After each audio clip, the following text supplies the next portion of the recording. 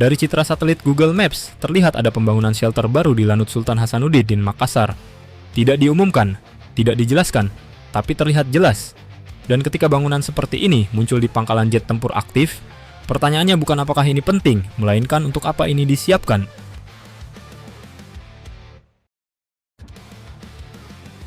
Kenapa publik langsung mengaitkan Su-35? Reaksi publik sebenarnya bisa dipahami. Pembangunan shelter ini muncul di saat isu Su-35 kembali menguat. Isu bahwa Indonesia disebut telah mengaktifkan kontraknya pada 2025. Secara logika, kaitannya terlihat masuk akal. Pesawat baru biasanya butuh tempat baru, dan shelter baru sering dianggap sebagai pertanda kedatangan platform baru. Dari sudut pandang ini, dugaan soal Su-35 bukan hal yang mengada-ada.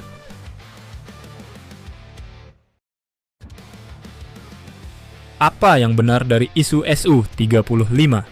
Faktanya, kontrak Su-35 memang tidak pernah dibatalkan secara resmi. Secara administratif, ia masih ada. Itu berarti secara teoritis, Su-35 masih mungkin masuk ke Indonesia. Bukan nol kemungkinan. Dalam konteks itu, pembangunan shelter bisa dibaca sebagai bagian dari antisipasi. Bukan keputusan final, tapi membuka opsi. Dan ini adalah sudut pandang yang sah.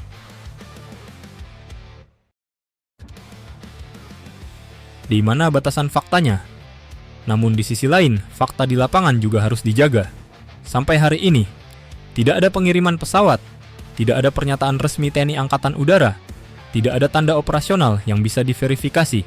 Artinya, Su-35 belum bisa diperlakukan sebagai kepastian. Ia masih berada di wilayah kemungkinan, bukan realisasi. Disinilah keseimbangan analisis dibutuhkan. Kesalahan yang sering terjadi.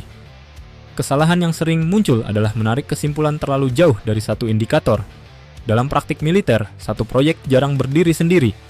Jika Su-35 benar-benar akan datang, biasanya akan terlihat rangkaian persiapan lain. Bukan hanya satu jenis shelter, melainkan pola yang saling menguatkan. Dan sampai sekarang, pola itu belum terlihat secara terbuka.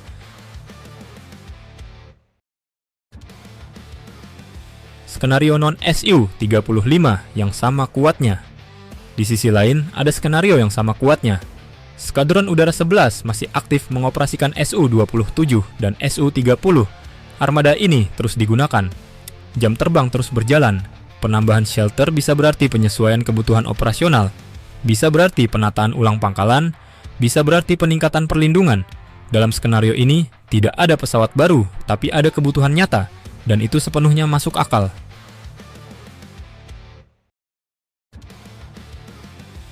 Kemungkinan ketiga yang sering diabaikan. Ada satu kemungkinan lain yang sering luput. Shelter ini bisa jadi tidak dibuat untuk hari ini, melainkan untuk keputusan yang belum diumumkan. Dalam banyak kasus, TNI membangun infrastruktur lebih dulu, karena infrastruktur butuh waktu panjang, sementara keputusan platform bisa berubah mengikuti dinamika politik dan anggaran. Dari perspektif ini, shelter adalah investasi fleksibel, bukan komitmen ke satu jenis pesawat.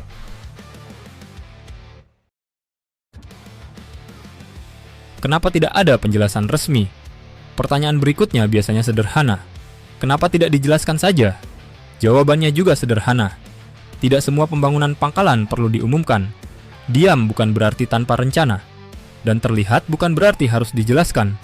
Dalam urusan pertahanan, keheningan seringkali disengaja.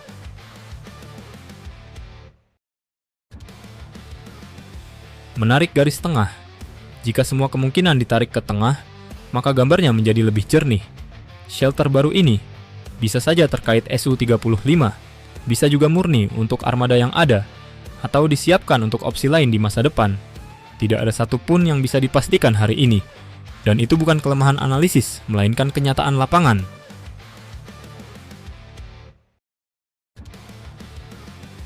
Shelter baru di Lanut Sultan Hasanuddin adalah fakta. Mengaitkannya dengan Su-35 adalah dugaan yang wajar. Menolaknya sebagai kepastian juga sama wajar. Yang belum ada hari ini adalah bukti penentu. Dan sampai bukti itu muncul, satu hal yang paling aman untuk dikatakan adalah ini. TNI Angkatan Udara sedang menyiapkan ruang. Untuk apa ruang itu akan diisi? Jawabannya belum dibuka ke publik.